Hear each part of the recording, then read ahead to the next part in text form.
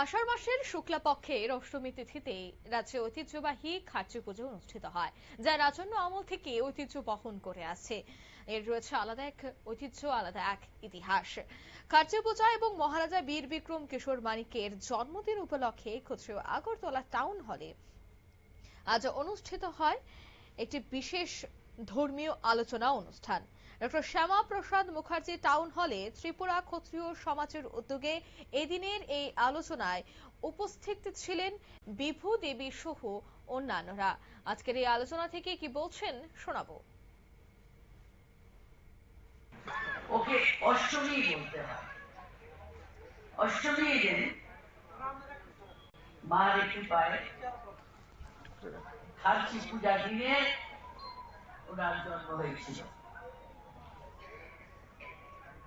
ও সময় আমার পেটের থাকতে, গর্ভে থাকতে আমার মনের মধ্যে আমি আমার স্বর্গীয় বীর বিক্রমের স্বপ্ন পেয়েছি। আর উনি এমন করে ঘুমিয়ে রয়েছেন আর সবেরা পরিক্রমা করছে। আমার খুব ব্যক্তিগত কথা বলছি, আগে পাবলিকলি শেয়ার করছি আপনার সাথে। ক্ষত্রিয় সমাজের দেখছি আমিও পরিক্রমা করতে গেলাম, আর ওনাকে দেখি স্বর্ণ পাগড়ি বাঁধা আছে, স্বর্ণ আজকাল পরে আছেন, তবে ঘুমিয়েছেন এমন। আর আমার দিকে তাকায় এক সবের যারা যাচ্ছে।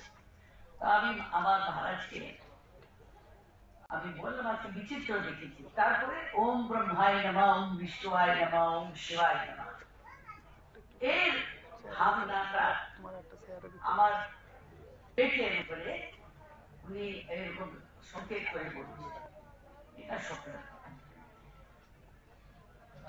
তারপরে আপনারা শুনলেন, অর্থাৎ তিনি ওনার স্মৃতিচারণা করলেন আজকের এই অনুষ্ঠানে। অন্যদিকে খার্চি পূজার দিনই জন্ম হয়েছিল, আর সেই বিষয়টা নিয়েই তিনি আলোচনা করেন। ত্রিপুরা ক্ষত্রিয় সমাজের উদ্যোগে এই দিনের এই অনুষ্ঠানটির আয়োজন করা হয়েছে। খার্চি পূজা কিভাবে শুরু হয়, রাজন্য আমল থেকে কিভাবে চলে আসছে, তার কেমন রয়েছে ইতিহাস, সবটা বিষয়ে আলোচনা হয়। এই দিনের এই আলোচনা সভায় কিন্তু মন্ত্রী শুক্লাচরণ বাতিয়া সহ অন্যান্যরা উপস্থিত ছিলেন। নিয়ে নিচ্ছি ছোট্ট একটি বিজ্ঞাপন বিরতির, সঙ্গে থাকুন।